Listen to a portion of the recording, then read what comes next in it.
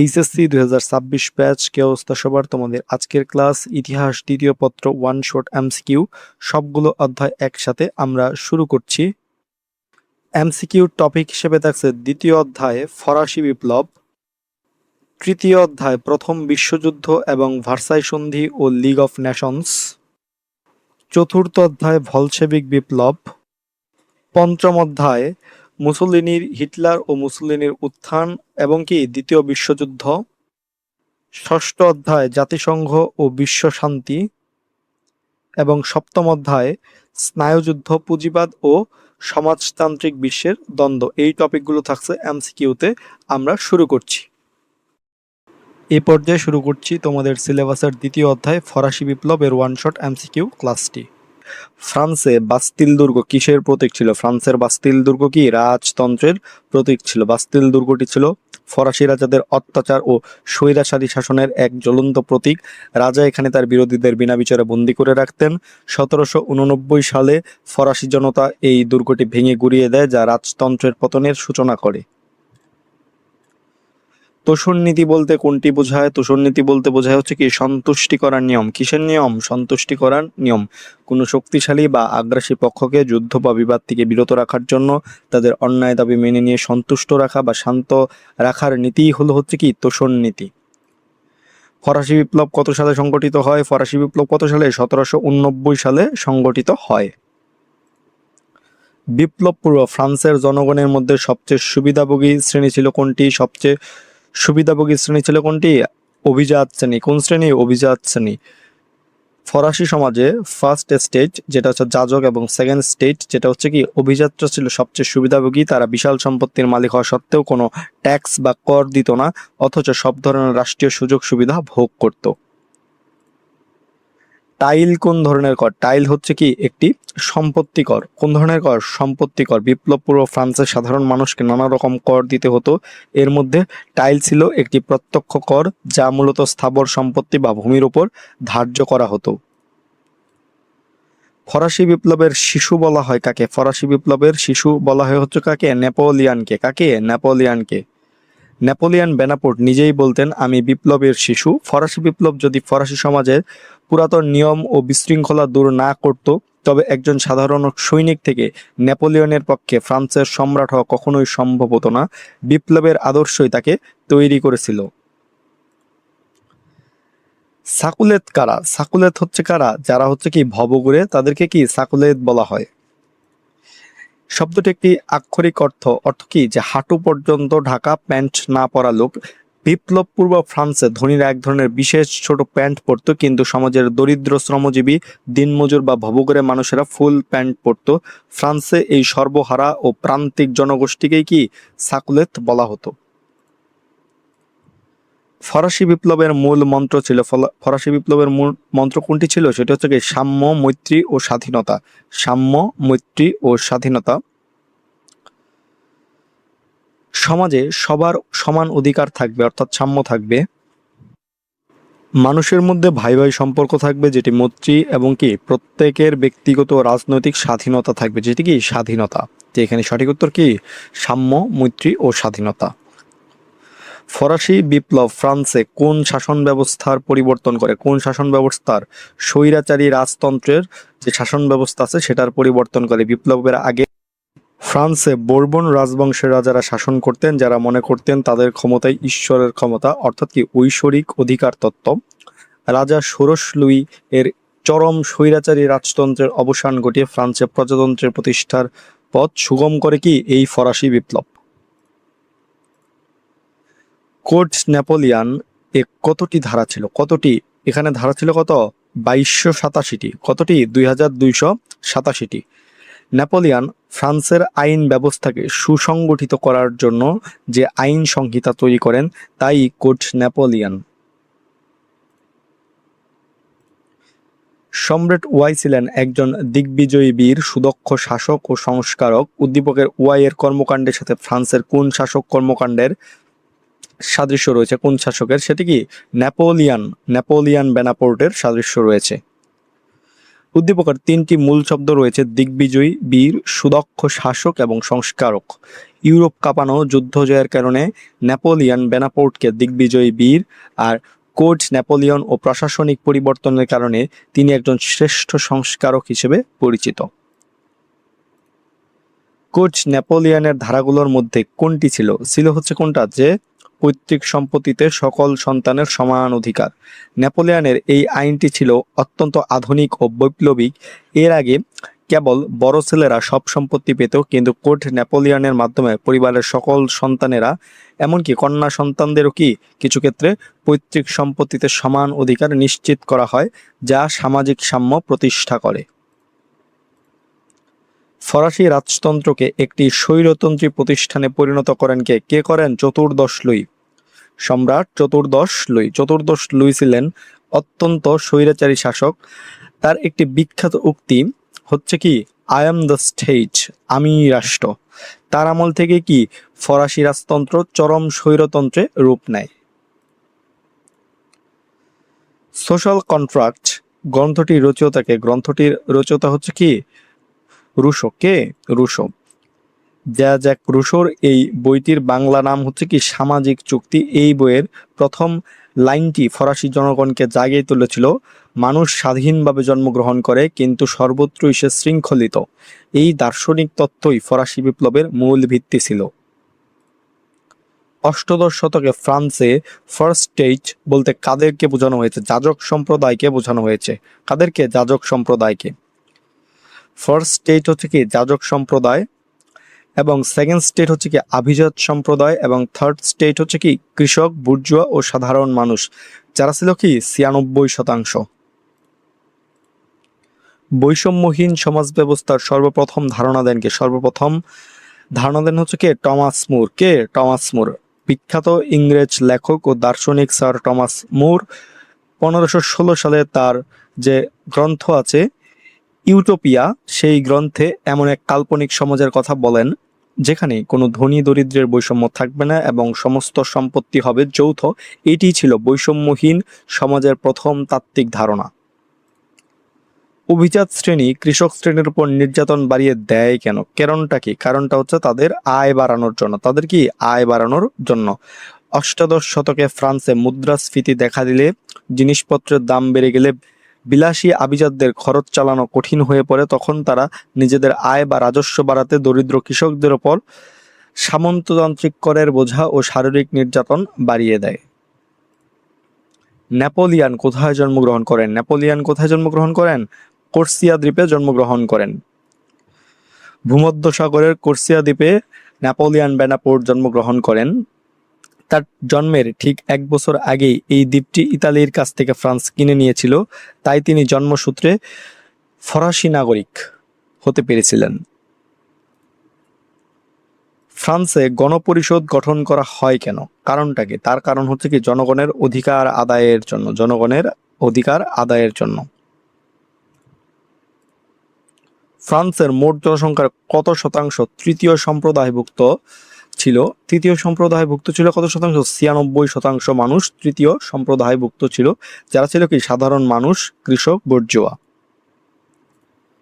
মুঘল সম্রাট আকবর ছিলেন একজন দিগ্বিজয়ী বীর, সুদক্ষ শাসক ও সংস্কারক হিসেবেও তিনি খ্যাতি অর্জন করেছিলেন। উদ্দীপকের সম্রাট আকবরের কর্মকাণ্ডের সাথে ফ্রান্সের কোন শাসকের কর্মকাণ্ডের সাদৃশ্য রয়েছে? কোন সম্রাট? সম্রাট নেপোলিয়ন বেনাপোর্টের সাদৃশ্য রয়েছে। তিনিও ছিলেন একজন দিগ্বিজয়ী বীর, সুদক্ষ শাসক এবং সমাজ সংস্কারক। ইতিহাসবেত্তারা তাকে the chief proponent of revolution বা বিপ্লবের প্রধান প্রবক্তা বলে অভিহিত করেন। কাকে? জ্যাক রুশোকে।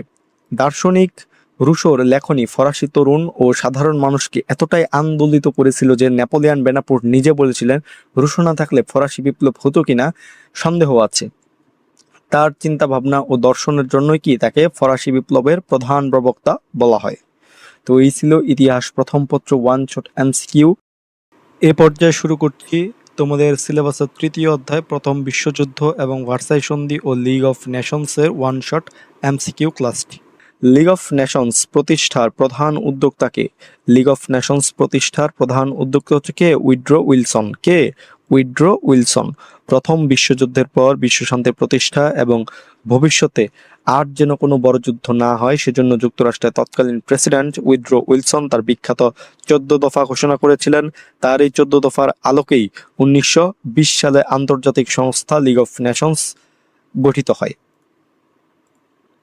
রহমান স্যার ইতিহাস ক্লাসে প্রথম বিশ্বযুদ্ধের ফলাফল আলোচনা করতে গিয়ে বললেন, প্রথম বিশ্বযুদ্ধ ছিল সর্বাত্মক যুদ্ধ। এই যুদ্ধ 34টি দেশ অংশ নেয়।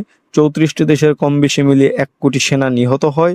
একটি দেশের নিহত সৈনিকের সংখ্যা 20 লক্ষ, আহত ও বন্দী মিলিয়ে আরও 50 লক্ষ। উদ্দীপকে কোন দেশটির কথা বলা হয়েছে? উদ্দীপকে যে দেশটির কথা বলা হচ্ছে সেটি কোনটি? জার্মানি। জার্মানির কথা বলা হয়েছে। প্রথম যে বিশ্বযুদ্ধ আছে সেই প্রথম বিশ্বযুদ্ধের অক্ষ শক্তির অর্থাৎ কি কেন্দ্রীয় শক্তির মূল চালিকা শক্তি ছিল জার্মানি। উদ্দীপকে উল্লেখিত পরিসংখ্যানটি প্রথম বিশ্বযুদ্ধে জার্মানির ব্যাপক ক্ষয়ক্ষতির চিত্র তুলে ধরে। দীর্ঘ 4 বছরের এই যুদ্ধে জার্মানির প্রায় 20 লক্ষ সৈন্য নিহত হয় এবং আরো কি 50 লক্ষ সৈন্য আহত বা বন্দী হয়েছিল, যা দেশটির জন্য ছিল কি একটি অপূরণীয় ক্ষতি। সেই আগের উদ্দীপকটি জার্মানির কথা বলা হয়েছে। এখন যে উক্ত রাষ্ট্রটির এত সংখ্যক সৈন্যের মৃত্যুর জন্য তুমি কোন কারণটিকে দায়ী করবে? কোন কারণটিকে দায়ী করা যেতে পারে? সেটা হচ্ছে কি দেশটির আক্রমণাত্মক রণনীতি। দেশটির কি আক্রমণাত্মক রণনীতি। জার্মানির এই বিশাল সংখ্যক সৈন্য মারা যাওয়ার পেছনে অন্যতম একটি কারণ ছিল তাদের আক্রমণাত্মক রণনীতি। তারা একই সাথে পশ্চিম তীরে ফ্রান্স ও পূর্ব সীমান্তে রাশিয়ার বিরুদ্ধে আক্রমণাত্মক যুদ্ধ পরিচালনা করেছিল। আধুনিক যুদ্ধাস্ত্র ও পরীক্ষা নিরীক্ষা ছাড়া সরাসরি আক্রমণাত্মক নীতির কারণেই কি তাদের ক্ষয়ক্ষতির পরিমাণ বহুগুণ বেড়ে গিয়েছিল। কত সালে প্রথম বিশ্বযুদ্ধের অবসান ঘটে? কত সালে? 1918 সালে প্রথম বিশ্বযুদ্ধের অবসান ঘটে। 2014 সালে শুরু হয়ে 2018 সালে কি জার্মানির যুদ্ধবিরতির চুক্তিতে স্বাক্ষর করার মাধ্যমে আনুষ্ঠানিকভাবে এই রক্তক্ষয়ী মহাযুদ্ধের অবসান ঘটে। প্রথম বিশ্বযুদ্ধের সময় ব্রিটেনের প্রধানমন্ত্রী কে ছিলেন? প্রথম বিশ্বযুদ্ধের সময় ব্রিটেনের প্রধানমন্ত্রী ছিলেন হচ্ছে কে? Lloyd George. কে? Lloyd George. প্রথম বিশ্বযুদ্ধের সময় 2016 থেকে 2022 সাল পর্যন্ত ব্রিটেনের যে প্রধানমন্ত্রী ছিলেন কি? David Lloyd George. তিনি যুদ্ধ পরিচালনায় অত্যন্ত দৃঢ় ভূমিকা পালন করেছিলেন এবং যুদ্ধ শেষে প্যারিস শান্তি সম্মেলনে মিত্র বাহিনীর প্রধান 4 জন নেতার অন্যতম একজন ছিলেন। প্রথম বিশ্বযুদ্ধের পরাজয়ে জার্মানির উপর কি প্রভাব পড়ে? কি প্রভাব পড়ে? সেটা হচ্ছে কি যে অ্যাডলফ হিটলার নাৎসি একনায়কতন্ত্র প্রতিষ্ঠা করেন। অ্যাডলফ হিটলার কি নাৎসি একনায়কতন্ত্র প্রতিষ্ঠা করেন। প্রথম বিশ্বযুদ্ধে জার্মানি পরাজিত হওয়ার পর তাদের ওপর অপমানজনক ভার্সাই চুক্তি চাপিয়ে দেওয়া হয়। এর ফলে জার্মান জনগণের মধ্যে তীব্র ক্ষোভ ও চরম অর্থনৈতিক সংকট তৈরি হয়। এই চরম বিশৃঙ্খলা ও ক্ষোভকে কাজে লাগিয়ে পরবর্তী সময়ে অ্যাডলফ হিটলার জার্মানিতে উগ্র জাতীয়তাবাদী নাৎসি একনায়কতন্ত্র প্রতিষ্ঠা করেন, যা দ্বিতীয় বিশ্বযুদ্ধের পটভূমি তৈরি করেছিল। ভার্সাই শহর কোন দেশে অবস্থিত? ভার্সাই শহর কোথায়? ফ্রান্সে অবস্থিত। ফ্রান্স দেশে অবস্থিত। ভার্সাই হলো ফ্রান্সের রাজধানী প্যারিসের উপকণ্ঠে অবস্থিত একটি ঐতিহাসিক শহর। এটি মূলত ফরাসি রাজাদের রাজপ্রাসাদ প্যালেস অফ ভার্সাই এর জন্য কি বিখ্যাত। প্রথম বিশ্বযুদ্ধ শেষে এই রাজপ্রাসাদের বিখ্যাত হল অফ মিরর্স এ বসেই কি ঐতিহাসিক ভার্সাই চুক্তি স্বাক্ষরিত হয়েছিল।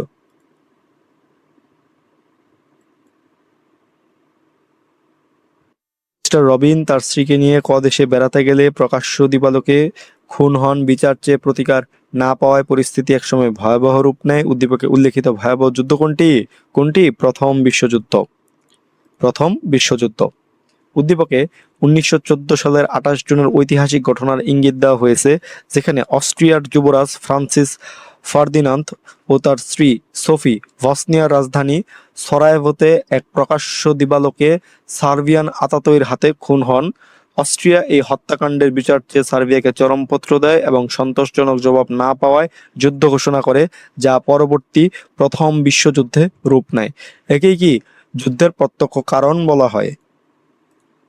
প্রথম বিশ্বযুদ্ধের অন্যতম প্রভাব কোনটি? অন্যতম প্রভাব হচ্ছে কি যে সম্মিলিত জাতিপুঞ্জ গঠন। সম্মিলিত জাতিপুঞ্জ গঠন। প্রথম বিশ্বযুদ্ধের ভয়াবহতা দেখে বিশ্ব নেতারা বুঝতে পেরেছিলেন যে বিশ্ব শান্তি বজায় রাখার জন্য একটি স্থায়ী আন্তর্জাতিক সংস্থা প্রয়োজন। এরই পরিপ্রেক্ষিতে যুদ্ধের অন্যতম প্রধান প্রভাব বা ফলাফল হিসেবে 1920 সালে সম্মিলিত জাতিপুঞ্জ বা লিগ অফ নেশনস গঠিত হয়। প্রথম বিশ্বযুদ্ধের সময়ে জার্মান সম্রাট কে ছিলেন? জার্মান সম্রাট ছিলেন হচ্ছে কে? দ্বিতীয় উইলিয়াম। কে? দ্বিতীয় উইলিয়াম। প্রথম বিশ্বযুদ্ধের সময় জার্মানির সম্রাট বা কাইজার ছিলেন কে? দ্বিতীয় উইলিয়াম। তার উগ্র সাম্রাজ্যবাদী নীতি ও নৌবাহিনী শক্তিশালী করার যে প্রতিযোগিতা মূলত প্রথম বিশ্বযুদ্ধের অন্যতম প্রধান কারণ ছিল। যুদ্ধের একদম শেষ মুহূর্তে তিনি সিংহাসন ত্যাগ করে নেদারল্যান্ডে পালিয়ে যান। কত সালে ফ্রান্স জার্মানির কাছে পরাজিত হয়? কত সালে? সেটি হবে হচ্ছে কি 1870 সালে। 1870 সালে ফ্রান্স জার্মানির কাছে পরাজিত হয়। 1870 সালে ফ্রাঙ্কো প্রুশিয়ান যুদ্ধ সংঘটিত হয়। এই যুদ্ধে ফ্রান্স শোচনীয়ভাবে কি পরাজয় বরণ করে। আমি উপনিবেশবাদী লোক নই উক্তিটি কার? উক্তিটি হচ্ছে কার? ভিসমার্কের উক্তি এটি। জার্মানির ঐতিহাসিক চ্যান্সেলর অটো ভন ভিসমার্ক 1881 সালে জার্মানিকে ঐক্যবদ্ধ করার পর ইউরোপে শক্তি সাম্য বজায় রাখতে চেয়েছিলেন। তিনি মনে করতেন জার্মানির নতুন করে আর কোনো উপনিবেশের প্রয়োজন নেই, বরং ইউরোপে নিজের অবস্থান ধরে রাখাই হচ্ছে কি আসল। তিনি বলেছিলেন আমি উপনিবেশবাদী লোক নই। প্রথম বিশ্বযুদ্ধে জার্মানি প্রথম কোন দেশ দখল করে নেয়? কোন দেশ? বেলজিয়াম দখল করে নেয়। প্রথম বিশ্বযুদ্ধ শুরু হলে জার্মানি ফ্রান্সকে আক্রমণ করার জন্য একটি সহজ পথ বেছে নেয়। তারা নিরপেক্ষ দেশ বেলজিয়ামের উপর দিয়ে গিয়ে ফ্রান্সকে আক্রমণ করার পরিকল্পনা করে এবং বেলজিয়াম দখল করে নেয়। নিরপেক্ষ বেলজিয়ামের উপর জার্মানির এই আক্রমণের কারণেই ব্রিটেন ক্ষুব্ধ হয়ে জার্মানির বিরুদ্ধে যুদ্ধ ঘোষণা করে। প্রথম বিশ্বযুদ্ধের সময় প্রথমে ইনফ্লুয়েঞ্জা ধরা পড়ে কোথায়? কোথায় ধরা পড়ে? সেটা হচ্ছে কি আমেরিকায় ইনফ্লুয়েঞ্জা ধরা পড়ে। প্রথম বিশ্বযুদ্ধের শেষের দিকে অর্থাৎ কি 1918 সালে বিশ্বব্যাপী এক মারাত্মক মহামারী ছড়িয়ে পড়েছিল যা স্প্যানিশ ফ্লু নামে পরিচিত। ইতিহাস ও চিকিৎসা বিজ্ঞানীদের মতে এই ইনফ্লুয়েঞ্জা বা ফ্লু ভাইরাসের প্রথম উৎপত্তি বা প্রাদুর্ভাব শনাক্ত হয়েছিল আমেরিকার একটি সেনা ক্যাম্পে। পরে মার্কিন সৈন্যদের মাধ্যমে এটি ইউরোপ ও পুরো বিশ্বে ছড়িয়ে পড়ে। কোন দেশগুলো মিলে অক্ষ শক্তি গড়ে তুলেছিল? কোন দেশগুলো? সেটি হচ্ছে কি যে জার্মানি, ইতালি, জাপান মিলে কি অক্ষ শক্তি গড়ে তুলেছিল। এটি দ্বিতীয় বিশ্বযুদ্ধের একটি প্রেক্ষাপট। 1930-এর দশকে উগ্র জাতীয়তাবাদী আগ্রাসন নীতি নিয়ে জার্মানির হিটলার, ইতালির মুসোলিনি এবং জাপান এই তিনটি দেশ মিলে তারা সামরিক জোট গঠন করে যা রোম, বার্লিন বা টোকিও অক্ষ শক্তি নামেও কি পরিচিত। কোন রাষ্ট্রটি ত্রিশক্তির আওতাভুক্ত নয়? ত্রিশক্তির আওতাভুক্ত নয় হচ্ছে কোনটি? ইতালি। ইতালি। প্রথম বিশ্বযুদ্ধের পূর্বে ইউরোপে দুটি বড় জোট গড়ে উঠেছিল যার মধ্যে ত্রিশক্তি মৈত্রী বা ট্রিপল আতাত গঠিত হয়েছিল। ইংল্যান্ড, ফ্রান্স, রাশিয়া মিলে এটি কি গঠন করেছিল। অন্যদিকে ইতালি ছিল জার্মানি ও অস্ট্রিয়া জোটের সদস্য, তাই ইতালির আতাত বা ত্রিশক্তির কি অন্তর্ভুক্ত বা আওতাভুক্ত ছিল না। কোন চুক্তি স্বাক্ষরের মাধ্যমে প্রথম বিশ্বযুদ্ধের সমাপ্তি ঘটে? ভার্সাই চুক্তি স্বাক্ষরের মাধ্যমে। কোন চুক্তি? ভার্সাই চুক্তি। 1919 সালের 28 জুন ফ্রান্সের ভার্সাই প্রাসাদে বিজয়ী মিত্রপক্ষ ও পরাজিত জার্মানির মধ্যে ঐতিহাসিক ভার্সাই চুক্তি স্বাক্ষরিত হয়। এই চুক্তির মাধ্যমে আনুষ্ঠানিকভাবে জার্মানির উপর সব দায় চাপিয়ে প্রথম যে বিশ্বযুদ্ধ আসে সেই বিশ্বযুদ্ধের চূড়ান্ত সমাপ্তি ঘোষণা করা হয়। প্যারিস সম্মেলনে কয়টি সন্ধি স্বাক্ষরিত হয়েছিল? কয়টি সন্ধি? 5টি সন্ধি স্বাক্ষরিত হয়েছিল। প্রথম বিশ্বযুদ্ধ শেষ হওয়ার পর 1919 সালে প্যারিস শান্তি সম্মেলনে পরাজিত কেন্দ্রীয় শক্তির দেশগুলোর সাথে পৃথক পৃথক মোট 5টি শান্তি চুক্তি বা সন্ধি স্বাক্ষর করা হয়। এর মধ্যে জার্মানির সাথে ভার্সাই চুক্তি, অস্ট্রিয়ার সাথে সেন্ট জার্মেনি চুক্তি এবং তুরস্কের সাথে সেভার্স চুক্তি অন্যতম। ভার্সাই চুক্তিতে কতটি দেশের প্রতিনিধি অংশগ্রহণ করেছিল? 32টি দেশের প্রতিনিধি অংশগ্রহণ করেছিল। প্রথম বিশ্বযুদ্ধ শেষ হওয়ার পর 1919 সালে প্যারিস শান্তি সম্মেলনে বিশ্বের মোট 32টি দেশের প্রতিনিধি বা কূটনৈতিক দল অংশ নিয়েছিল। তবে পুরো সম্মেলনের মূল সিদ্ধান্তগুলো নিয়ন্ত্রণ করত প্রধান 4 পরাশক্তি যুক্তরাষ্ট্র, ব্রিটেন, ফ্রান্স ও ইতালি। ভার্সাই সন্ধি দ্বারা ক্ষতিগ্রস্ত দেশ কোনটি? ভার্সাই সন্ধি দ্বারা ক্ষতিগ্রস্ত দেশ হচ্ছে কি জার্মানি। ভার্সাই সন্ধির শর্তগুলো ছিল জার্মানির জন্য অত্যন্ত অপমানজনক ও শাস্তিমূলক। এই চুক্তির মাধ্যমে জার্মানির বিশাল ভূখণ্ড কেড়ে নেওয়া হয় এবং সামরিক বাহিনী সংকুচিত করা হয় এবং যুদ্ধের সমস্ত দায় তাদের উপর চাপিয়ে বিপুল পরিমাণ আর্থিক ক্ষতিপূরণ ধার্য করা হয়। ফলে জার্মানি সবচেয়ে বেশি ক্ষতিগ্রস্ত ও অর্থনৈতিকভাবে পঙ্গু হয়ে পড়েছিল। ভার্সাই সন্ধি ভেঙে ফেলা হয় কত সালে? ভার্সাই সন্ধি ভেঙে ফেলা হয় কত সালে? 1939 সালে। 1939 সালের 1 সেপ্টেম্বর অ্যাডলফ হিটলারের নেতৃত্বাধীন জার্মানি পোল্যান্ড আক্রমণ করার মাধ্যমে ভার্সাই সন্ধির শেষ শর্তটিও পুরোপুরি ভেঙে ফেলে। এর ফলে ব্রিটেন ও ফ্রান্স জার্মানির বিরুদ্ধে যুদ্ধ ঘোষণা করে এবং আনুষ্ঠানিকভাবে দ্বিতীয় বিশ্বযুদ্ধ শুরু হয়। তাই 1939 সালেই এই সন্ধির কার্যকারিতা চিরতরে শেষ হয়ে যায়। ভার্সাই সন্ধির মূল উদ্দেশ্য কি ছিল? ভার্সাই সন্ধির মূল উদ্দেশ্য ছিল কি? জার্মানির উপর ক্ষতিপূরণ আরোপ। মিত্রপক্ষ বিশেষ করে ফ্রান্স চেয়েছিল জার্মানিকে এমনভাবে দুর্বল করে দিতে যাতে কি তারা ভবিষ্যতে আর কোনোদিনও মাথা তুলে দাঁড়াতে না পারে। তাই ভার্সাই সন্ধির মূল উদ্দেশ্য বা লুকানো এজেন্ডা ছিল যুদ্ধের সমস্ত ধ্বংসযজ্ঞের জন্য জার্মানিকে এককভাবে দায়ী করা এবং তাদের উপর বিশাল অঙ্কের আর্থিক ও আঞ্চলিক ক্ষতিপূরণ চাপিয়ে দেওয়া। তো এই ছিল ইতিহাস দ্বিতীয় পত্র ওয়ান শট এমসিকিউ, চ্যাপ্টার ছিল 3। তো এ পর্যায়ে শুরু করছি চতুর্থ অধ্যায় বলশেভিক বিপ্লব এর ওয়ান শট এমসিকিউ ক্লাসটি। কোনটি জার দ্বিতীয় আলেকজান্ডারের উল্লেখযোগ্য সংস্কার? কোনটি? সেটি হচ্ছে কি ভূমিদাস প্রথা উচ্ছেদ। রাশিয়ার ইতিহাসে জার দ্বিতীয় আলেকজান্ডারকে মুক্তিযোদ্ধা জার বলা হয়।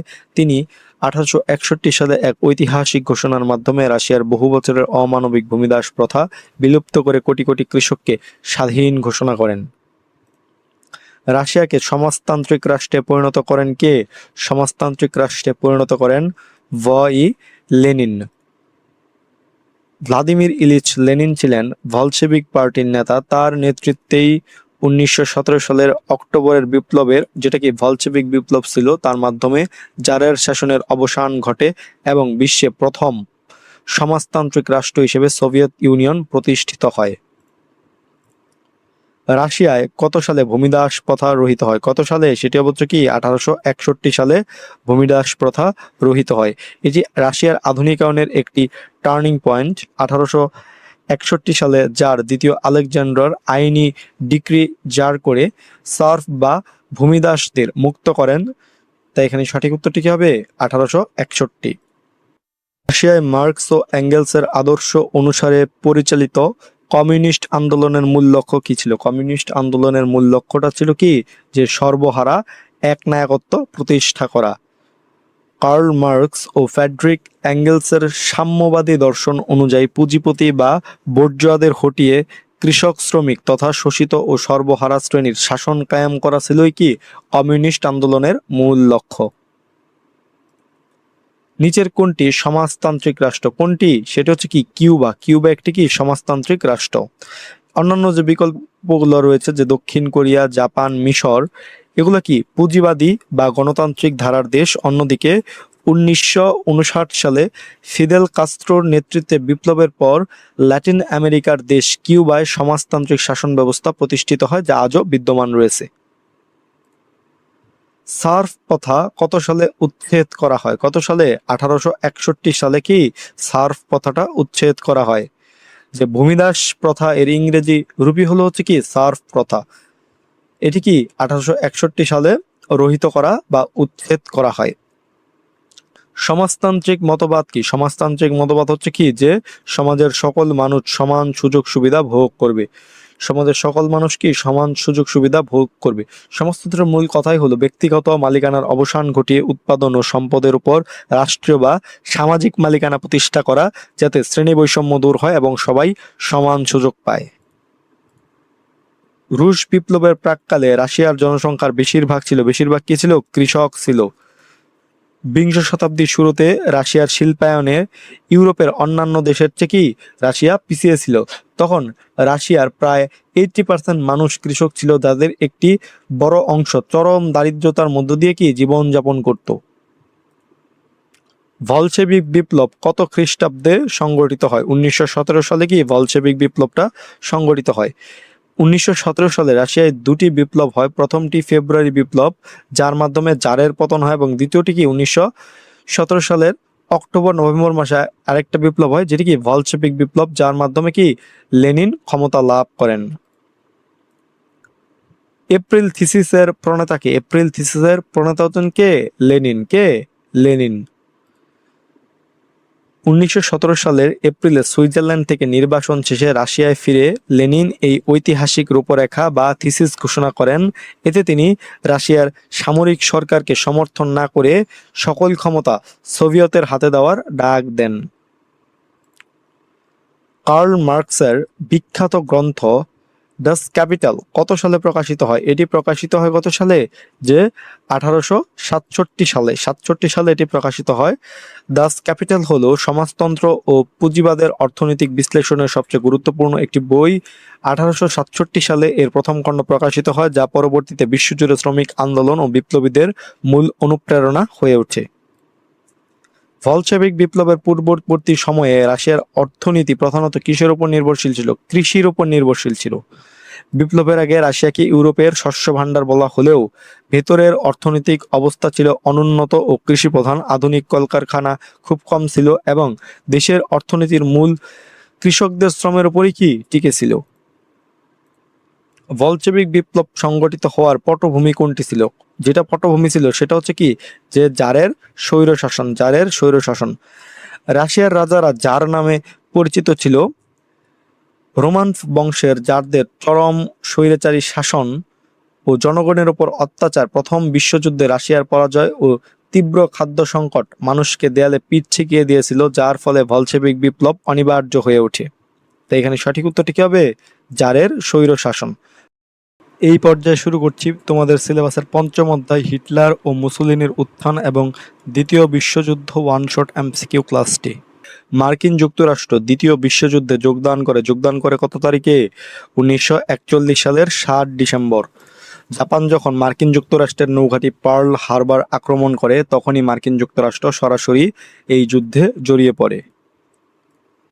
সম্প্রতি রাশিয়া প্রতিবেশী দেশ ইউক্রেন আক্রমণ করায় বিশ্ব আবার একটি মহাসমরের দ্বারপ্রান্তে উপনীত, এবং তা হবে বিংশ শতাব্দীর মধ্যভাগে সংঘটিত মহাসমরের চেয়েও গণবিধ্বংসী। উদ্দীপকে ইঙ্গিতপূর্ণ মহাসমর কোনটি? ইঙ্গিতপূর্ণ মহাসমর হচ্ছে কোনটা? দ্বিতীয় বিশ্বযুদ্ধ। কারণ কি, এখানে বলা হয়েছে বিংশ শতাব্দীর মধ্যভাগে সংঘটিত মহাসমরের কথা, যেটি 1939 থেকে 45 পর্যন্ত সংঘটিত হয়েছিল এবং যেটি কি দ্বিতীয় বিশ্বযুদ্ধ। হিটলার ও মুসোলিনি কত সালে অক্ষ চুক্তি স্বাক্ষর করেন? কত সালে? সেটি হবে হচ্ছে কি 1936 সালে অক্ষ চুক্তি স্বাক্ষর করেন। 1936 সালে জার্মানির হিটলার এবং ইতালির মুসোলিনির মধ্যে রোম বার্লিন অক্ষ চুক্তি স্বাক্ষরিত হয়। পরবর্তীতে 1940 সালে জাপান এতে যোগ দিলে এটি পূর্ণাঙ্গ অক্ষ শক্তিতে রূপ নেয়। দ্বিতীয় বিশ্বযুদ্ধে প্রথম আক্রমণকারী কে ছিল? প্রথম আক্রমণকারী ছিল কে? হিটলার। 1939 সালের 1 সেপ্টেম্বর হিটলারের পোল্যান্ড আক্রমণের মধ্য দিয়ে আনুষ্ঠানিকভাবে দ্বিতীয় বিশ্বযুদ্ধ শুরু হয়েছিল, তাই হিটলারকে কি প্রথম আক্রমণকারী বলা হয়।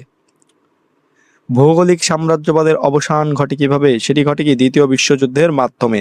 দ্বিতীয় বিশ্বযুদ্ধের পর ব্রিটেন, ফ্রান্সের মতো পরাশক্তিগুলো অর্থনৈতিক ও সামরিকভাবে দুর্বল হয়ে পড়ে, ফলে তারা তাদের উপনিবেশ বা কলোনিগুলো যেমন ভারত ও অন্যান্য দেশ ধরে রাখতে পারেনি এবং একে একে কি সব দেশ স্বাধীন হতে থাকে এবং কি ভৌগোলিক সাম্রাজ্যবাদের পরিসমাপ্তি ঘটে। ইতিহাসের শিক্ষক ক্লাসে শিক্ষার্থীদের প্রশ্ন করলেন, দ্বিতীয় বিশ্বযুদ্ধের সময় মার্কিন যুক্তরাষ্ট্র জাপানের কোন কোন শহরে পারমাণবিক বোমা নিক্ষেপ করেছিল? একজন শিক্ষার্থী সঠিক উত্তর দিতে সক্ষম হলো। উদ্দীপকের শিক্ষার্থীরা শিক্ষকের প্রশ্নে জবাবে শিক্ষার্থী কি জবাব দিয়েছিলেন? যেটা জবাব দিয়েছিলেন সেটা হচ্ছে কি হিরোশিমা ও নাগাসাকি, যেখানে কি মার্কিন যুক্তরাষ্ট্র পারমাণবিক বোমা নিক্ষেপ করেছিল। 1945 সালের 6 আগস্ট জাপানের হিরোশিমা শহরে প্রথম পারমাণবিক বোমা যেটা আছে সেটা, এবং কি 9 আগস্ট নাগাসাকি শহরে দ্বিতীয় পারমাণবিক বোমা নিক্ষেপ করে মার্কিন যুক্তরাষ্ট্র। জাপান পার্ল হারবার আক্রমণ করে কত তারিখে? কত তারিখে আক্রমণ করে? সেটি হচ্ছে কি যে 7 ডিসেম্বর 1941 সালে। জাপান আমেরিকার হাওয়াই দ্বীপপুঞ্জের পার্ল হারবার নামক নৌঘাঁটিতে আকস্মিক বিমান হামলা চালায়, যা আমেরিকার যুদ্ধে নামার কি মূল কারণ ছিল। দ্বিতীয় বিশ্বযুদ্ধের সম্ভাব্য কত লোকের মৃত্যু হয়? কত লোকের মৃত্যু হয়? প্রায় 6,20,00,000 মানুষের মৃত্যু হয়। দ্বিতীয় বিশ্বযুদ্ধ মানব ইতিহাসের সবচেয়ে রক্তক্ষয়ী ও গণবিধ্বংসী যুদ্ধ ছিল। পাঠ্যবইয়ের তথ্য অনুযায়ী প্রায় 6,20,00,000 মানুষ এতে প্রাণ হারায়, যার মধ্যে বিশাল একটি অংশ ছিল সাধারণ বেসামরিক নাগরিক।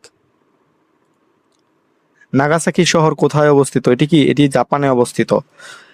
হিরোশিমা ও নাগাসাকি দুইটি জাপানের ঐতিহাসিক ও গুরুত্বপূর্ণ শহর। দ্বিতীয় বিশ্বযুদ্ধের সময় পারমাণবিক বোমার আঘাতে শহর দুটি ধ্বংসস্তূপে পরিণত হয়েছিল। বিংশ শতকের প্রথম দিকে দুটি বিবাদমান পক্ষের মধ্যে একটি গুরুত্বপূর্ণ সন্ধি স্বাক্ষরিত হয়, যা পরাজিত জোটকে অপমানিত করে এবং সন্ধি স্বাক্ষরে বাধ্য করে। উদ্দীপকের পাঠ্যবইয়ের কোন দেশকে ইঙ্গিত করা হয়েছে? জার্মানিকে ইঙ্গিত করা হয়েছে। 1919 সালে প্রথম বিশ্বযুদ্ধে পরাজিত জার্মানিকে অপমানজনক ভার্সাই চুক্তি বা ভার্সাই সন্ধি স্বাক্ষরে বাধ্য করা হয়েছিল। এই অপমানের প্রতিশোধ নেওয়ার জিদ থেকে হিটলারের উত্থান এবং দ্বিতীয় বিশ্বযুদ্ধের সূচনা হয়। দ্বিতীয় বিশ্বযুদ্ধে অক্ষ শক্তির দেশ কোনটি? অক্ষ শক্তির দেশ হচ্ছে কোনটা? ইতালি। কোনটা? ইতালি। দ্বিতীয় বিশ্বযুদ্ধে মূলত দুটি পক্ষ ছিল, একটি ছিল কি ব্রিটেন, ফ্রান্স, রাশিয়া ও আমেরিকা, যারা ছিল কি মিত্র শক্তি, এবং জার্মানি, ইতালি ও জাপান ছিল কি অক্ষ শক্তি। বিসমার্ক কে ছিলেন? বিসমার্ক ছিলেন কে? জার্মানির চ্যান্সেলর। কে? জার্মানির চ্যান্সেলর। অটো ভন বিসমার্ক ছিলেন আধুনিক জার্মানির প্রতিষ্ঠাতা এবং প্রথম চ্যান্সেলর। তিনি রক্ত ও লৌহ নীতি জন্য কি বিখ্যাত? কোন দেশের আত্মসমর্পণের মধ্য দিয়ে দ্বিতীয় বিশ্বযুদ্ধের পরিসমাপ্তি ঘটে? কোন দেশের আত্মসমর্পণের মধ্য দিয়ে? জাপানের আত্মসমর্পণের মধ্য দিয়ে কি দ্বিতীয় বিশ্বযুদ্ধের পরিসমাপ্তি ঘটে। 1945 সালের মে মাসে জার্মানি আত্মসমর্পণ করলেও যুদ্ধ থামেনি। অবশেষে আগস্টে হিরোশিমা ও নাগাসাকিতে পারমাণবিক বোমা হামলার পর 2 সেপ্টেম্বর 1945 সালে জাপান আনুষ্ঠানিকভাবে আত্মসমর্পণ করলে দ্বিতীয় বিশ্বযুদ্ধ পুরোপুরি শেষ হয়। ভৌগোলিক সাম্রাজ্যবাদের অবসান ঘটে কিভাবে? ভৌগোলিক সাম্রাজ্যবাদের অবসান ঘটে কি দ্বিতীয় বিশ্বযুদ্ধের মাধ্যমে। এই দ্বিতীয় বিশ্বযুদ্ধের মাধ্যমে কি বিশ্ব রাজনীতির মানচিত্র বদলে গিয়েছিল এবং কি এশিয়া ও আফ্রিকার দেশগুলোর স্বাধীন হওয়ার পথ সুগম হয়েছিল। দ্বিতীয় বিশ্বযুদ্ধের সময় ব্রিটেনের প্রধানমন্ত্রী কে ছিলেন? কে ছিলেন? Winston Churchill. উইনস্টন চার্চিল তার তেজস্বী ভাষণ ও যুদ্ধকালীন দৃঢ় নেতৃত্বের জন্য বিখ্যাত ছিলেন, যা ব্রিটিশ জনগণকে হিটলারের বিরুদ্ধে লড়াইয়ে অনুপ্রাণিত করেছিল। একজন রাষ্ট্রনায়কের উগ্র মেজাজ, প্রতিশোধ স্পৃহা আর উগ্র জাতীয়তাবাদী আদর্শ পৃথিবীকে এক ভয়ঙ্কর যুদ্ধের দিকে ঠেলে দেয়, যার ফলে তার দেশ চরম দুর্দশায় নিপতিত হয়। উদ্দীপকের কোন রাষ্ট্রনায়ক সম্পর্কে বলা হয়েছে? যে রাষ্ট্রনায়ক সম্পর্কে বলা হয়েছে তার নাম কি? হিটলার। কে? হিটলার। হিটলারের উগ্র মেজাজ ও ভার্সাই চুক্তির প্রতিশোধ নেওয়ার স্পৃহা ও আর্য জাতির শ্রেষ্ঠত্বের উগ্র জাতীয়তাবাদী নাৎসি আদর্শই জার্মানির তথা পুরো বিশ্বকে ধ্বংসের মুখে কি ঠেলে দিয়েছিল। হিটলার কত সালে জার্মানির চ্যান্সেলর পদে নিযুক্ত হন? কত সালে? 1933 সালে জার্মানির চ্যান্সেলর নিযুক্ত হন। 1933 সালে জার্মানির চ্যান্সেলর অর্থাৎ কি প্রধান নির্বাহী হন হিটলার। এর পরপরই তিনি সমস্ত ক্ষমতা নিজের হাতে নিয়ে একনায়কতন্ত্র প্রতিষ্ঠা করেন। একটি দলের কর্মসূচি হচ্ছে ঐক্যবদ্ধ জাতি গঠন, জাতির শ্রেষ্ঠত্ব অর্জন, অন্যায় সন্ধির বিরোধিতা, বেকারদের কর্মসংস্থান ইত্যাদি। উদ্দীপকের কর্মসূচি দ্বারা কোন রাজনৈতিক দলকে নির্দেশ করে? কোন রাজনৈতিক দল নাৎসি পার্টিকে নির্দেশ করে? হিটলারের দলের নাম ছিল কি? নাৎসি পার্টি, ইংরেজিতে national socialist German workers party, যার সংক্ষেপে কি নাৎসি পার্টি নামে পরিচিত ছিল। এদের কর্মসূচি কি ছিল? যে ঐক্যবদ্ধ জাতি গঠন, জাতির শ্রেষ্ঠত্ব অর্জন, অন্যায় সন্ধির বিরোধিতা, বেকারদের কর্মসংস্থান ইত্যাদি। সে আগের উদ্দীপকটি যে নাৎসি পার্টির যে কর্মসূচিগুলো সেগুলো বলা হয়েছে। এখন যেটা বলা হয়েছে যে উক্ত দলের নেতা ছিলেন, নেতা কে ছিলেন? নেতা ছিলেন হচ্ছে হিটলার। নাৎসি পার্টির প্রধান ছিলেন কে? Adolf Hitler. তার নেতৃত্বেই এই দল জার্মানিতে একচ্ছত্র ক্ষমতা লাভ করে। হিটলার কোন দেশের অধিবাসী ছিলেন? হিটলার কি অস্ট্রিয়ার অধিবাসী ছিলেন। অনেকে মনে করেন যে হিটলার আসলে জার্মানির লোক ছিলেন, কিন্তু তিনি আসলে 1889 সালে অস্ট্রিয়াতে জন্মগ্রহণ করেন এবং পরবর্তীতে কি জার্মানির রাজনীতিতে যোগ দেন এবং সেখানকার নাগরিকত্ব নেন। কোন পেশার মাধ্যমে মুসোলিনি তার কর্মজীবন শুরু করেন? শিক্ষকতা পেশার মাধ্যমে মুসোলিনি কি তার কর্মজীবন শুরু করেন। ইতালির এক নায়ক বেনিতো মুসোলিনি প্রথমে একজন প্রাথমিক বিদ্যালয়ের শিক্ষক ছিলেন, পরবর্তীতে তিনি সাংবাদিকতা ও রাজনীতিতে আসেন। হিটলার তার আত্মজীবনী মেইন ক্যাম্প কত সালে রচনা করেন? মেইন ক্যাম্প রচনা করেন হচ্ছে কত সালে? 1924 সালে। কত সালে? 1924 সালে। 1923 সালে হিটলার মিউনিখে এক ব্যর্থ অভ্যুত্থান ঘটিয়ে জেলে যান। 1924 সালে কারাগারে বন্দী থাকা অবস্থায় তিনি তার আত্মজীবনী মেইন ক্যাম্প বা আমার সংগ্রাম রচনা করেন, যেটি প্রকাশিত হয় 1925 সালে। মুসোলিনি ক্ষমতা দখল করেন কিভাবে দখল করেন সেটা হচ্ছে কি ফ্যাসিস্ট সমর্থকদের সহায়তায় মুসোলিনি কি ইতালির ক্ষমতা দখল করেন। সুমন সাহেব প্রথম জীবনে স্কুল শিক্ষক হিসেবে কর্মজীবন শুরু করলেও পরবর্তীতে বিশেষ কারণে রূপপুরে পালিয়ে যান। উদ্দীপকের সুমন সাহেবের সাথে কার সাদৃশ্য রয়েছে? মুসোলিনির সাদৃশ্য রয়েছে। মুসোলিনি প্রথম জীবনে স্কুল শিক্ষক ছিলেন। উদ্দীপকের সুমন সাহেবের শিক্ষকতা থেকে অন্য পেশায় এবং পালিয়ে যাওয়ার বিষয়টি মুসোলিনির জীবনের পটভূমির সাথে মিলে যায়। তাই সঠিক উত্তরটি কি হবে? মুসোলিনি। ফ্যাসিকো শব্দের অর্থ কি? ফ্যাসিকো শব্দের অর্থ হচ্ছে কি শক্তি। ইতালীয় শব্দ ফ্যাসিকো থেকেই ফ্যাসিবাদ শব্দের উৎপত্তি। এর আক্ষরিক অর্থ হলো লাঠির আঁচি বা গুচ্ছ, যা একতা ও শক্তি নির্দেশ করে। হিটলারের গোপন পুলিশ বাহিনীর নাম কি? হিটলারের গোপন পুলিশ বাহিনীর নাম হচ্ছে কি গেস্টাপো। কোনটি? গেস্টাপো। হিটলারের এই গোপন রাজনৈতিক পুলিশ বাহিনীর নাম ছিল গেস্টাপো। এরা কি হিটলারের বিরোধী যারা আছে, বিরোধীকারী, তাদেরকে কি নির্মমভাবে দমন ও নির্যাতন করত। ঠিক আছে। নাৎসিবাদ শব্দটি কোন ব্যক্তির সাথে সাদৃশ্যপূর্ণ? এটি হচ্ছে কি অ্যাডলফ হিটলারের সাথে সাদৃশ্যপূর্ণ। তো এই ছিল ইতিহাস দ্বিতীয় পত্র ওয়ান শট এমসিকিউ পঞ্চম অধ্যায়। এ পর্যায়ে শুরু করছি তোমাদের সিলেবাসের ষষ্ঠ অধ্যায় জাতিসংঘ ও বিশ্ব শান্তি ওয়ান শট এমসিকিউ ক্লাসটি। জাতিসংঘ প্রতিষ্ঠায় নিচের কোন ব্যক্তির অবদান সবচেয়ে বেশি? কার? রুজভেল্টের। মার্কিন প্রেসিডেন্ট ফ্রাঙ্কলিন ডি রুজভেল্টকে জাতিসংঘের প্রধান স্থপতি বলা হয়। তিনি প্রথম ইউনাইটেড নেশনস বা জাতিসংঘ নামটি প্রস্তাব করেছিলেন। জাতিসংঘ দিবস কত তারিখে? 24 অক্টোবর তারিখে কি জাতিসংঘ দিবস। 1945 সালের 24 অক্টোবর আনুষ্ঠানিকভাবে জাতিসংঘের সনদ কার্যকর হয়েছিল। তাই প্রতি বছর এই দিনটিকে কি জাতিসংঘ দিবস হিসেবে সারা বিশ্বে উদযাপন করা হয়। আন্তর্জাতিক আদালতের বিচারক সংখ্যা কতজন? 15 জন। কতজন? 15 জন। আন্তর্জাতিক আদালত এর সদর দপ্তর নেদারল্যান্ডের হেগ শহরে অবস্থিত। এখানে মোট 15 জন বিচারক থাকেন, যারা 9 বছরের জন্য নির্বাচিত হন। ইউনেস্কো এর সদর দপ্তর কোথায়? ইউনেস্কো এর সদর দপ্তর হচ্ছে কোথায়? ফ্রান্সের প্যারিসে। ইউনেস্কো শিক্ষা, বিজ্ঞান ও সংস্কৃতি নিয়ে কাজ করে। এর সদর দপ্তর ফ্রান্সের রাজধানী প্যারিসে অবস্থিত। আইএলও এর উদ্দেশ্য কোনটি? আইএলও এর উদ্দেশ্য হচ্ছে কি যে শ্রমিকের অধিকার প্রতিষ্ঠা। আইএলও এর পূর্ণরূপ হলো ইন্টারন্যাশনাল লেবার অর্গানাইজেশন।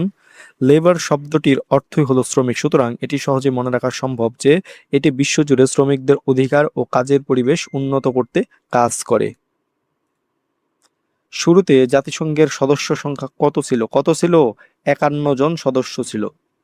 1945 সালে সান ফ্রান্সিসকো সম্মেলনে মূলত 50টি দেশ সনদে স্বাক্ষর করেছিল, তবে পোল্যান্ড পরবর্তীতে স্বাক্ষর করে জাতিসংঘের 51তম প্রতিষ্ঠাতা সদস্য দেশ হিসেবে অন্তর্ভুক্ত হয়।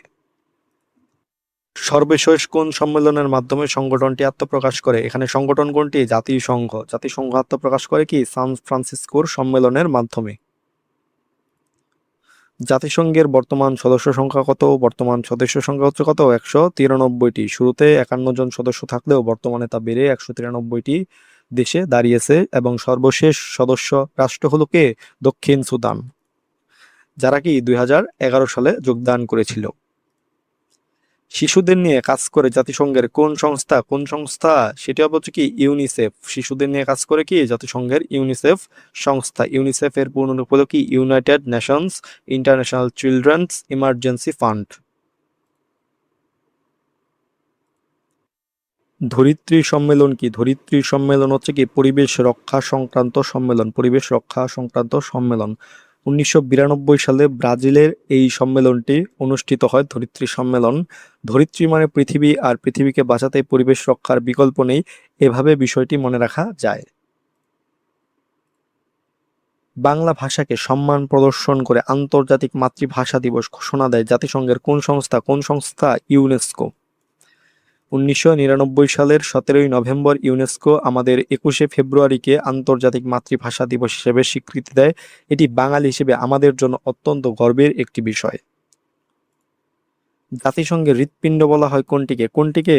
জাতিসংঘের নিরাপত্তা পরিষদকে কি জাতিসংঘের হৃৎপিণ্ড বলা হয়? মানবদেহের হৃৎপিণ্ড যেমন সবচেয়ে গুরুত্বপূর্ণ ও সচল অঙ্গ, তেমনি জাতিসংঘের সবচেয়ে ক্ষমতাশালী ও গুরুত্বপূর্ণ অঙ্গ হলো নিরাপত্তা পরিষদ। বিশ্বের শান্তি ও নিরাপত্তা রক্ষার মূল দায়িত্ব এই পরিষদের।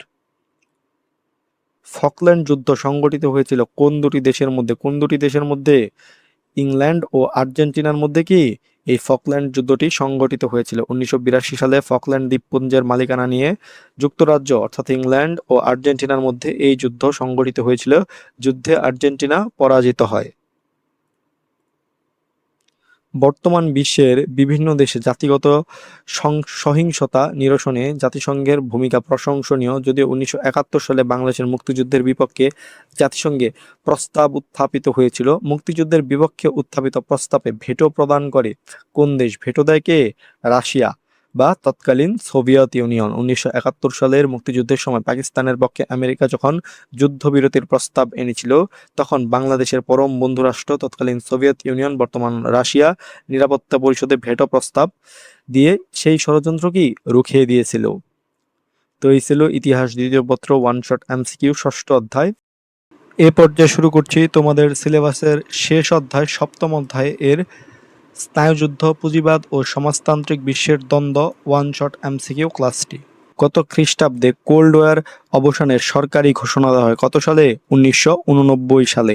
1989 সালের 3 ডিসেম্বর ভূমধ্যসাগরের মাল্টা দ্বীপে মার্কিন প্রেসিডেন্ট জর্জ এইচ.ডব্লিউ. বুশ এবং সোভিয়েত ইউনিয়নের মিখাইল গর্বাচেভ এক ঐতিহাসিক বৈঠকে মিলিত হন। এই মাল্টা সম্মেলনেই তারা আনুষ্ঠানিকভাবে স্নায়ুযুদ্ধ বা কোল্ড ওয়ার অবসানের ঘোষণা দেন। গ্লাসনস্ত নীতি কে প্রবর্তন করেছিলেন? গ্লাসনস্ত নীতি প্রবর্তন করেছিলেন কে? গর্বাচেভ। গ্লাসনস্ত শব্দের অর্থ হলো উন্মুক্ততা বা মত প্রকাশের স্বাধীনতা। সোভিয়েত ইউনিয়নের কমিউনিস্ট ব্যবস্থার কঠোরতা শিথিল করতে এবং রাজনৈতিক সংস্কারের উদ্দেশ্যে 1985 সালের তৎকালীন সোভিয়েত নেতা মিখাইল গর্বাচেভ এই নীতি প্রবর্তন করেন। কত সালে স্নায়ুযুদ্ধের অবসান হয়? কত সালে? 1991 সালে স্নায়ুযুদ্ধের অবসান হয়। 1991 সালের 26 ডিসেম্বর আনুষ্ঠানিকভাবে সোভিয়েত ইউনিয়ন ভেঙে যায় এবং বিশ্ব মানচিত্র থেকে বিলুপ্ত হয়। পরাশক্তি হিসেবে সোভিয়েত ইউনিয়নের এই পতনের মাধ্যমেই দীর্ঘ 4 দশকের স্নায়ুযুদ্ধের চূড়ান্ত অবসান ঘটে। কত খ্রিস্টাব্দে ন্যাটো গঠিত হয়? ন্যাটো গঠিত হয় কত খ্রিস্টাব্দে? সেটা হবে হচ্ছে কি 1949 খ্রিস্টাব্দে। ন্যাটো এর পূর্ণরূপ হল নর্থ আটলান্টিক ট্রিটি অর্গানাইজেশন। দ্বিতীয় বিশ্বযুদ্ধোত্তর কাল সময়ে সোভিয়েত ইউনিয়নের আগ্রাসন ঠেকাতে 1949 সালের 4 এপ্রিল মার্কিন যুক্তরাষ্ট্রের নেতৃত্বে এই শক্তিশালী সামরিক জোট গঠিত হয়। এর সদর দপ্তর বেলজিয়ামের ব্রাসেলসে অবস্থিত। ন্যাটো এর পূর্ণরূপ হল নর্থ আটলান্টিক ট্রিটি অর্গানাইজেশন। দ্বিতীয় বিশ্বযুদ্ধোত্তর কাল সময়ে সোভিয়েত ইউনিয়নের আগ্রাসন ঠেকাতে 1949 সালের 4 এপ্রিল মার্কিন যুক্তরাষ্ট্রের নেতৃত্বে এই শক্তিশালী সামরিক জোট গঠিত হয়। এর সদর দপ্তর যেটা আছে সেটা কি বেলজিয়ামের। এর সদর দপ্তর বেলজিয়ামের ব্রাসেলসে অবস্থিত। স্নায়ুযুদ্ধ ছিল কমিউনিস্ট শক্তি বনাম বাকি বিশ্বের দ্বন্দ্ব। উক্তিটি কে করেছিলেন? উক্তিটি করেছিলেন হচ্ছে কে? অধ্যাপক আর.কে. গ্রেপ্ত। পেরেস্ত্রোইকা নীতির প্রবক্তা হচ্ছে কে? Mikhail Gorbachev. পেরেস্ত্রোইকা শব্দের অর্থ হলো পুনর্গঠন। সোভিয়েত ইউনিয়নের স্থবির হয়ে পড়া অর্থনীতিকে চাঙ্গা করতে এবং অর্থনৈতিক ব্যবস্থার সংস্কার ও আধুনিকায়নের জন্য মিখাইল গর্বাচেভ গ্লাসনস্ত নীতির পাশাপাশি এই পেরেস্ত্রোইকা নীতি ঘোষণা করেছিলেন। স্নায়ুযুদ্ধের অবসানে সবচেয়ে বেশি কৃতিত্ব কার? সবচেয়ে বেশি কৃতিত্ব হচ্ছে কার? গর্বাচেভের। কার? গর্বাচেভের।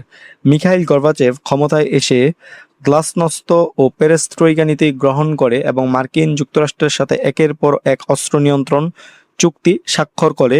তার এই সংস্কারবাদী ও নমনীয় নীতির কারণেই কোনো রক্তক্ষয়ী যুদ্ধ ছাড়াই স্নায়ুযুদ্ধের অবসান ঘটে, যার জন্য তিনি কি 1990 সালে শান্তিতে নোবেল পুরস্কারও পান। কূটনীতির জাদুকর বলা হয় কাকে? কূটনীতির জাদুকর বলা হয় হচ্ছে কাকে? বিসমার্ককে। বিসমার্ককে কূটনীতির জাদুকর বলা হয়। অটো ভন বিসমার্ক ছিলেন জার্মানির প্রথম চ্যান্সেলর। তার দূরদর্শী, চতুর ও বাস্তবসম্মত কূটনীতির মাধ্যমে বিচ্ছিন্ন জার্মানিকে একত্রিত করে তিনি একটি শক্তিশালী রাষ্ট্রে পরিণত করেছিলেন। ইউরোপীয় রাজনীতিতে তার অসাধারণ চালের কারণেই তাকে কূটনীতির জাদুকর বলা হয়। পুঁজিবাদী ব্যবস্থাপনার প্রধান লক্ষ্য কোনটা? পুঁজিবাদী ব্যবস্থাপনার প্রধান লক্ষ্য হচ্ছে কি অধিক মুনাফা। পুঁজিবাদী বা ক্যাপিটালিজম হলো এমন একটি অর্থনৈতিক ব্যবস্থা যেখানে উৎপাদন ও ব্যবসার মাধ্যমগুলো ব্যক্তিগত মালিকানাধীন থাকে। এই ব্যবসার মূল চালিকা শক্তি হলো মুক্ত বাজার প্রতিযোগিতা এবং যে কোনো উপায়ে ব্যক্তিগত বা প্রাতিষ্ঠানিক অধিক মুনাফা লাভ করা বা অর্জন করা। কার্ল মার্কস সবচেয়ে বেশি পরিচিতি লাভ করেছিলেন কিভাবে করেছিলেন? সেটা হচ্ছে কি যে সমাজতন্ত্র মতবাদের বৈজ্ঞানিক তত্ত্ব দিয়ে। সমাজতন্ত্র মতবাদের কি বৈজ্ঞানিক তত্ত্ব দিয়ে কার্ল মার্কস তার বন্ধু ফ্রেডরিক এঙ্গেলস মিলে কমিউনিস্ট ম্যানিফেস্টো এবং মার্কস এককভাবে দাস ক্যাপিটাল গ্রন্থ রচনা করেন। তিনি কাল্পনিক সমাজতন্ত্রের বাইরে গিয়ে ইতিহাস, অর্থনীতি ও শ্রেণীর সংগ্রামের উপর ভিত্তি করে সমাজতন্ত্রের যে বৈজ্ঞানিক ব্যাখ্যা ও তত্ত্ব দেন তাই কি মার্ক্সবাদ বা বৈজ্ঞানিক সমাজতন্ত্র নামে পরিচিত। সামন্ততন্ত্রের ভিত্তি কি ছিল? সামন্ততন্ত্রের ভিত্তি ছিল কি যে ম্যানর পদ্ধতি। মধ্যযুগে ইউরোপের সামন্ততন্ত্র গড়ে উঠেছিল। এই ব্যবস্থার অর্থনৈতিক ও সামাজিক কেন্দ্রবিন্দু ছিল ম্যানর। ম্যানর হলো সামন্ত প্রভুর দুর্গ বা বিশাল এলাকা, যাকে কেন্দ্র করে কৃষিকাজ, বিচার ব্যবস্থা ও স্থানীয় শাসন পরিচালিত হতো। ন্যাটো মূলত কোন ধরনের দেশগুলোর প্রতিনিধিত্ব করে? এগুলো কি যে পুঁজিবাদী যে দেশগুলো আছে সেগুলোর প্রতিনিধিত্ব করে। ন্যাটো জোটটি গঠিতই হয়েছিল মার্কিন যুক্তরাষ্ট্রের নেতৃত্বে পশ্চিমা বিশ্বের দেশগুলোকে নিয়ে। এই দেশগুলো মূল অর্থনীতি ও রাজনৈতিক আদর্শ ছিল মুক্তবাজার অর্থনীতি বা পুঁজিবাদ এবং বহুদলীয় গণতন্ত্র। অন্যদিকে এদের প্রতিপক্ষ ছিল হচ্ছে কি যে সাম্যবাদী বা কমিউনিস্ট দেশগুলো। ট্রুম্যান ডক্ট্রিন এর ধারা কোনটি? ট্রুম্যান ডক্ট্রিন এর ধারা হচ্ছে কোনটা? যে সকল জাতির স্বাধীনভাবে বসবাস। 1947 সালে 12 মার্চ মার্কিন প্রেসিডেন্ট হ্যারি এস ট্রুম্যান এই ডক্ট্রিন বা নীতি ঘোষণা করেন। এর মূল উদ্দেশ্য ছিল সোভিয়েত সাম্যবাদের বিস্তার রোধ করা এবং বিশ্বের যে কোনো প্রান্তের স্বাধীনচেতা জাতিকে স্বৈরাচারী বা কমিউনিস্ট আগ্রাসন থেকে রক্ষা করে তাদের স্বাধীনভাবে বসবাসের অধিকার নিশ্চিত করা। ঠিক আছে? তো এই ছিল ইতিহাস দ্বিতীয় পত্র ওয়ান শট এমসিকিউ সপ্তম অধ্যায়ের। পরবর্তী অধ্যায়গুলো আসছে। তোমাদের সকলের জন্য শুভকামনা রইল। ধন্যবাদ সকলকে।